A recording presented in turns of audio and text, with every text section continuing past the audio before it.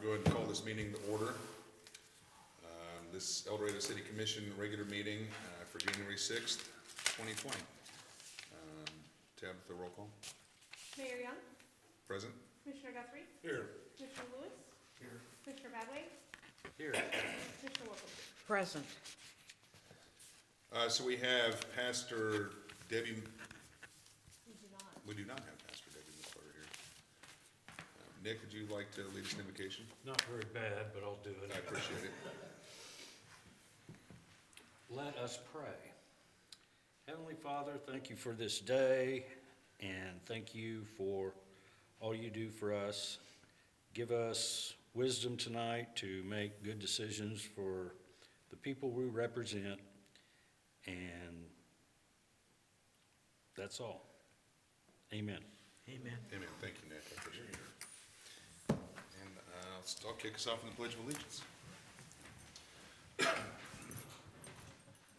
I pledge allegiance to the flag of the United States of America and to the republic for which it stands, one nation, under God, indivisible, with liberty and justice for all. Okay, so next on the agenda, we don't have any proclamations or recognitions. Do we have personal appearance? No, but she called in for public comments. Should be the next. Okay. Well, we don't have any personal appearances, so public comment time is next, and that's for people who wish to address the City Commission regarding items that are not on the agenda and that are under the but are under the jurisdiction of the City Commission. So these items need to be limited to 10 minutes. Limited to 3 minutes, and we won't make comments on personnel matters and matters pending in court. So are there any speakers that would wish to come up and have a public comment? Hello, my name is Sierra Marie Bond. I live at 300 South Main Street, number 35. And the purpose of my visit is to inform you of my work, curating some resources in one location for the homeless population, as well as the people and organizations interested in helping to address the issues surrounding homelessness. So I run an initiative called Let's Go Full Steam Ahead, which advocates for STEAM education equity. Technology analysts have estimated that there are over 1 million tech jobs going unfilled in the United States this year. And in order to encourage more people to enter the innovation workforce and to reach equity, we need to address the root causes and the barriers to entry, which sometimes include basic needs such as food, clothing, and shelter. So I did some research, and on one single night in January 2018, there was an estimated of 36,361 unaccompanied homeless youth under the age of 25, and 9/10 of that, or 89%, were college-age students between the ages of 18 to 24. So for students to succeed in education, they need to be able to focus on their education and not worry about where they're going to sleep safely at night. Homelessness obviously is not a problem that can be solved by one person or with one conversation. There are many individuals and organizations working independently to address both homelessness and the issues adjacent. By compiling the information, we can build a compendium of resources for those looking to receive resources and for those looking to provide them as well. www.homelessnomore.com is the central mode of curating that information. On the website, there is a form for community members like yourselves and organizations to share their knowledge of these resources currently available. This information is then going to be compiled into a database for local governments, legislators, and people interested in addressing homelessness in their communities. Today, I'm asking for your help just to spread awareness of this website, www.homelessnomore.com, KNOW, and to encourage your networks to share their knowledge of the resources available as well. Thank you. Quick question. Yes. When is it going up? So it is already up. You have to type in www. Okay. It's a small technological kink yeah. that we haven't quite worked out yet. But Okay, that's what I'm, Yeah, I already tried it, and that's, okay. well, I'm glad that you tried it. Yes, Yes. once you type in www, it works. Okay. www, it works. I've got a couple questions, Yes. please. Your third paragraph, it says there were an estimated 36,361. What, where? in the United States. Oh, okay, that's the whole country. Correct, yes. There were 122, I believe, in the state of Kansas. It's not listed in this, but I can provide, it's on the website. And what is that exactly? Unaccompanied homeless youth, what does that mean? So Under the any- age of 25?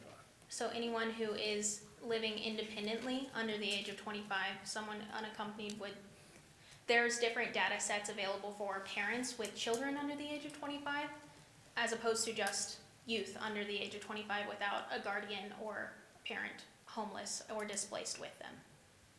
Well, and the reason I'm asking is because, I mean, I've got two kids, and they were both not living with us under the age of 25, and they sure weren't homeless. Right, there are some students and unaccompanied youth under the age of 25 who, you know, I don't know their situation or how they came to be displaced or homeless, but it's anyone under the age of 25, that's the next. And I'm not trying to put you on the spot, I'm It's just, okay. I'm just trying to educate myself, course. because, and that just didn't make sense to me. I had another one, and now I forgot. Welcome to the club. So it's www.homelessnomore.com. Correct, yes, sir. Perfect. Thank you, Sierra. Thank you. very much. Thank you.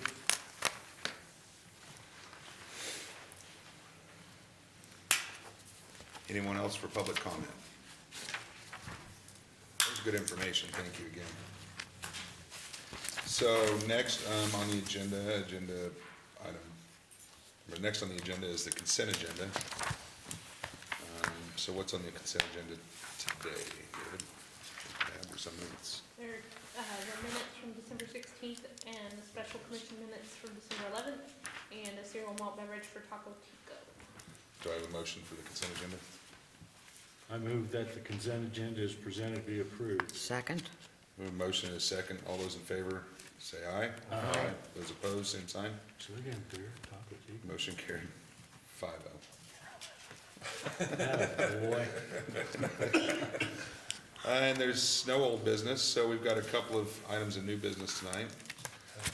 Creation of a community improvement district, a CID at the Super 8. Tell us about that. Thank you, Mr. Mayor, members of the governing body. Happy New Year to everybody. Nice to see you all again.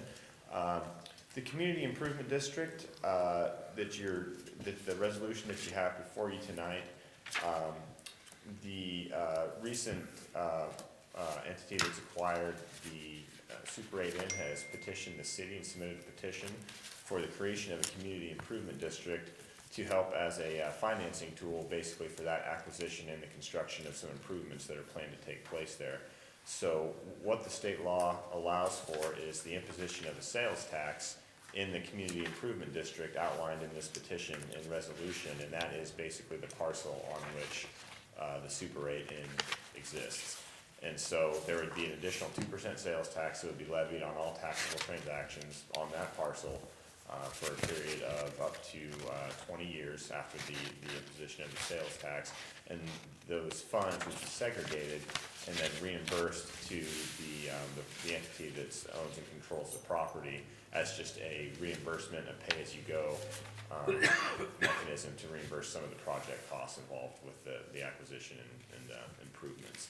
And so the CID law requires that the city, upon receiving this petition, if it chooses to move forward, would consider a resolution calling a public hearing on the advisability of creating the community improvement district.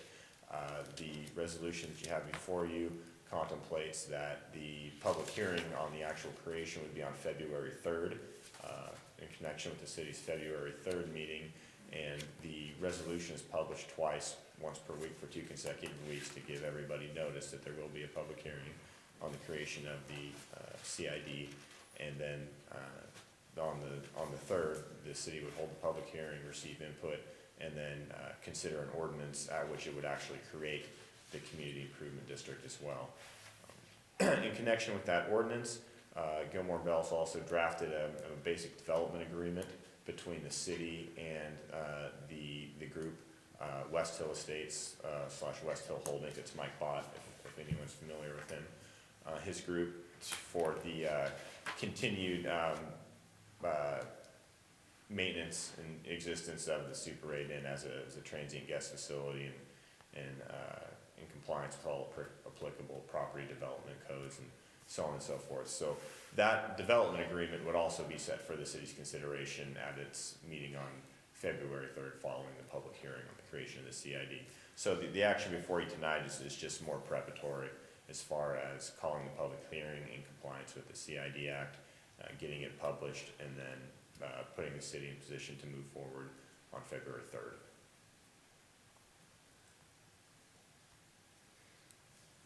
Why 22 years?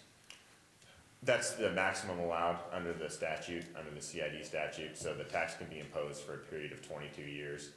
And the way that the economics of the project work is that the 2% sales tax on the taxable sales for that parcel probably will never amount to anywhere close to the project price, counting the acquisition and construction of the improvements. And so the request is for the maximum amount of time allowed to recoup as many costs as possible. The estimation is that's going to be about $176,000 over the 22 years versus a total project price in the documents about $1,850,000, which of course the bulk of that is the acquisition.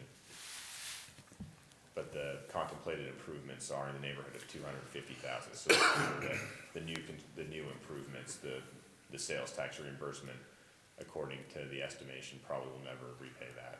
So the 1.8 million is to acquire the hotel. It's all in. It's the bulk. The acquisition price is, let's see, do some quick math here.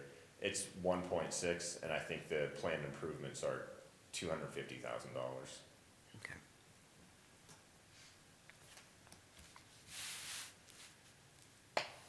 And that information comes from Mike.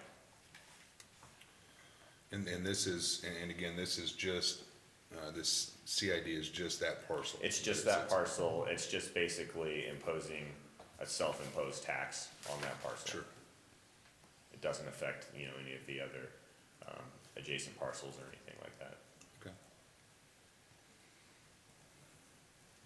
So what we're doing tonight then is we're creating a resolution to set the public hearing for Correct. February 3rd, 2020. Do you have any other questions? Do I have a motion? Resolution number 2897? 2897. Yes. I move to approve resolution number 2897, a resolution calling a public hearing on the advisability of creating a community improvement district within the city of El Dorado, establishing a community improvement district sales tax to finance improvements within such district, providing for the giving of notice of such public hearing and authorizing actions related thereto. Second. I have a motion and a second. Is there any further discussion? I've got a quick question that I just thought of. So in the event that we wanted to do any additional development down central in that area, and in doing so, we were interested in creating a CID for a bigger district that may include this, then that would exclude this property from being able to be added into another CID? It can be amended. We've done that from time to time in different scenarios. Yeah, you can always change the district. So you could create one that's separate and distinct and have different specifications. You could do assessments or a different sales tax or something like that. Or you could get together with this group where the CID to be created and augment and change the CID as well. You would just have to start the procedures over Sure. again. Okay. So it's certainly, the CID Act as a whole is pretty flexible in what it allows you to change. Okay. Thank you. Any other questions?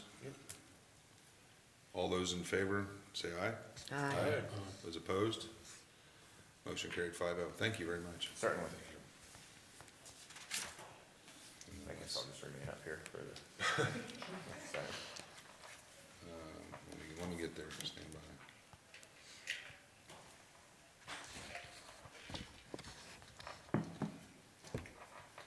Next on the agenda is project number 543, Union Tank Car Water Main Project. Setting a public hearing date for this as well. This is actually. Oh, this is the public hearing, that's right. Yes, we actually need to open a public hearing and have the public hearing for this improvement, so we should probably Okay, do that and then consider the ordinance for the actual levy of the assessments. okay, so this is, that's right, this is the public hearing for that. So this is project number 543, Union Tank Car Water Main Project. We're gonna open the public hearing. Is there anyone here that has any comments, questions with regards to project number 543? Okay, we'll close the public hearing. And now move on to discussing the ordinance.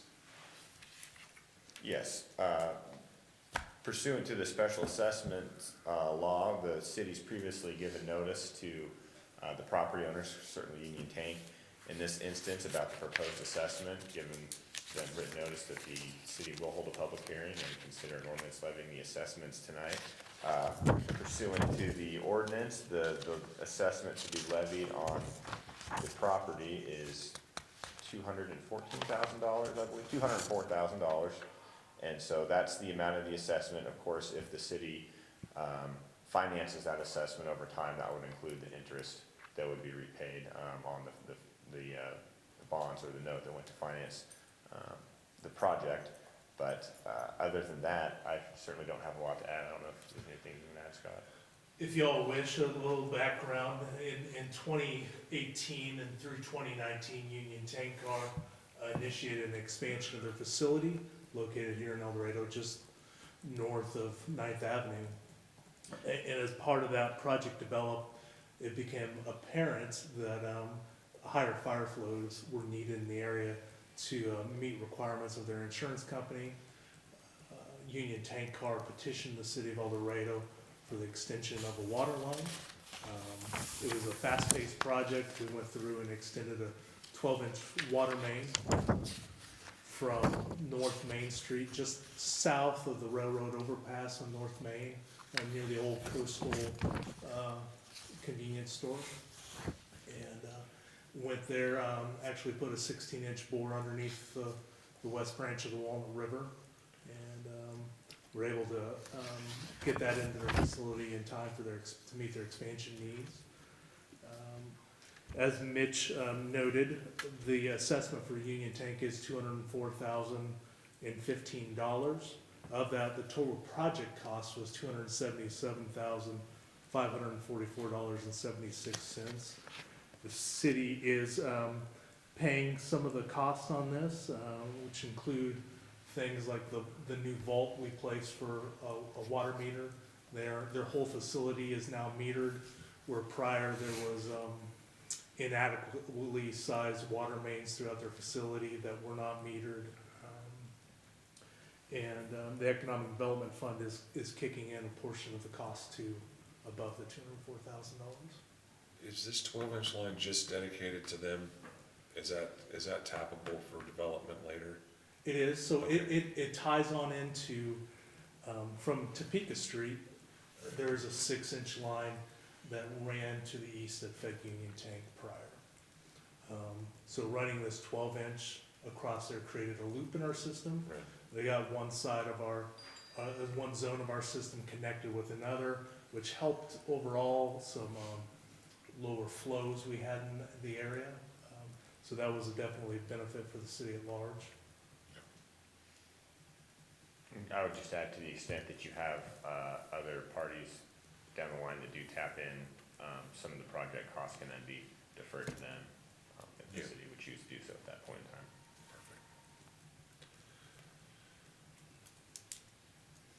Any other questions? Do I have a motion? G1320. G1320. I move to approve ordinance number G1320, levying special assessments on certain property to pay the costs of internal improvements in the city of El Dorado, Kansas, as previously authorized by resolution number 2870 of the city, and providing for the collection of such special assessments. Second. I have a motion and a second. Any further discussion or questions? Roll call vote, Tim. Commissioner Lewis, Yes. Commissioner Badway, Yes. Commissioner Wilkinson, Yes. Mayor Young, Yes. Commissioner Guthrie. Yes. 5-0. Thank you for your Thank time. you very much. Thanks, Mitch. All right, so City Commission Advisory Board updates. I have none, thank you. When does the library board meet? Anybody know? Second Monday of the month, I believe. I'll check and I'll I was email gonna say, don't we have a meeting the second? I'm not missing my first library board meeting. you. I will check and email you. Or call you. Chat with Well, if it's on Monday, they might not actually be meeting that day because it's King Boot. MLK Day. Then why are we meeting? We're not, we're meeting the 21st. Thought we're meeting 13th. Wouldn't that Today's be the first second- Monday. Wouldn't that be the second Monday? I'm pretty sure it's the 24th. Let me look here. No, not our meeting. I thought that Oh, special, the library meeting? no, that city-county deal, isn't that Yeah, that's on the 13th, night of the national championship football game? Oh. 13th. That was on my list too. Wait a minute. Yeah. But it's supposed to be over at 7, and the game won't start till probably 7:30. Come on. There's gonna be an awful lot of air rolling in that room. What else you got, Nick? No, I just thought, We need to figure out when the library board meeting is for you and when our meetings are. Get you the schedule, right? I mean, we'll find when the meeting, I don't know when they meet, so we'll try to get after it. Okay, I don't either. I've never been to one. We'll get it to you. Okay. But I get that you wanna miss the first meeting. I don't want to miss the first meeting. Perfect. I don't have anything. Matt, what do you got? I'm good today, actually. Well, all right. I too am good, so. City managers report. Just a couple things. So tomorrow is the first community dialogue with the city manager. That's me. Tomorrow at 3 o'clock at Bruco, and it's just an informal, come as you want, and you can really bring up anything you want to talk about. People can talk about city stuff, or they can just shoot the breeze. It's one of those things we're gonna try to do, monthly, at different locations throughout the city, so we're gonna try to Bruco this first time, and just an opportunity to get out and kind of have it's like a listening tour of sorts, for folks to just come down and tell me what their thoughts are about the city, and maybe how we can do better, or what we can look into. The El Dorado Inc. 2020, I should say the El Dorado Inc. annual meeting, coming up this year, is gonna be Thursday, January 9th at 5:30 at the Civic Center. The featured speaker is David Tolan, who is the Secretary of Commerce for the state. So you might wanna mark your calendars down if you can attend that, that'd be great. In addition, as already been noted, the city-county joint meeting will be on Monday, January 13th at the train depot. That meeting begins at 5:30, although I can assure you that we can be done prior to the kickoff of the game, if we all just get up and leave. Rather simple strategy. But to kind of help with the meeting and make it a little more on task, you might think of different issues that you think we need, as the city, need to address with the county or talk to the county about. Could be really anything. The point of the meeting is to just have an opportunity to kind of get some ideas and some issues out on the table that may be affecting us and or them, and so we can kind of bridge that gap. I think one idea that was kind of discussed at one opportunity that I think I mentioned it to, well, I think maybe Commissioner Badway brought it up, was homelessness, maybe.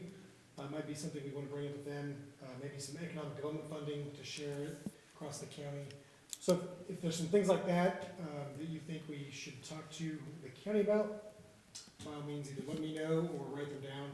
And if we go in with some thoughts, maybe that can help make the meeting a little more on task so we can get out in time for the game to start. But I don't anticipate that it'll be a very long meeting, hour and a half maybe. City offices will be closed on Monday, January 20th due to Martin Luther King Jr. Day.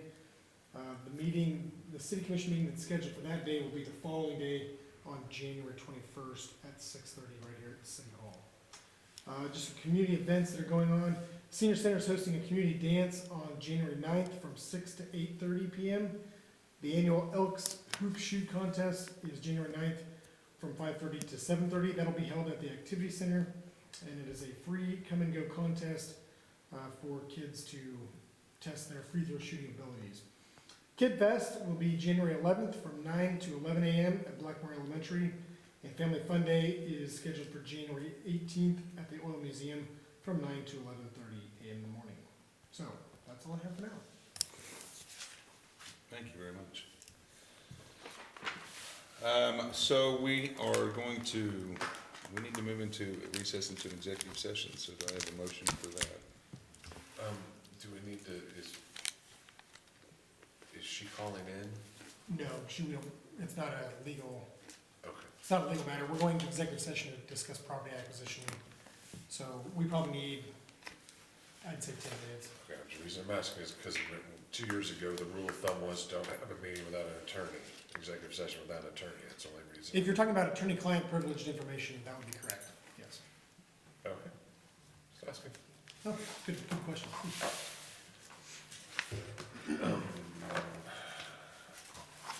All right, Nick, I won't make you read it. How long do we need? 10 minutes. 10 minutes, so 7:05? We'll go like 7:12. 7:15. Yeah, that'll work. Okay. I move to recess an executive session pursuant to the preliminary discussion of the acquisition of real property exception under KSA 75-4319B6 for the purposes of discussing purchasing property and to reconvene the meeting at 7:15 p.m. in the city commission room. Have a motion and a second. Any further discussion? All those in favor say aye. Aye. Those opposed, same sign. Motion carried 5-0. So we'll be back.